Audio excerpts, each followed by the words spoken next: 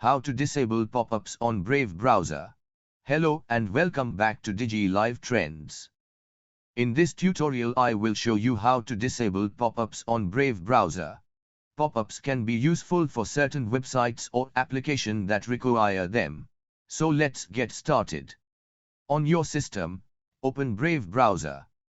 In the top right corner, click on 3 lines to open Brave menu. Now, click on Settings. A new window will appear. In Settings, on the left side panel, click on Privacy and Security.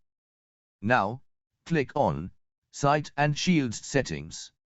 Scroll down, under Content click on Pop-up and Redirect. To disable pop-ups on Brave browser, simply check this option. Don't allow sites to send pop-ups or use redirects. So check this option. This will disable pop-ups for all websites. But if you want to disable pop-ups for specific websites, then in Don't allow sites to send pop-ups or use redirects. Click on Add button, and enter your website, and click on Add button.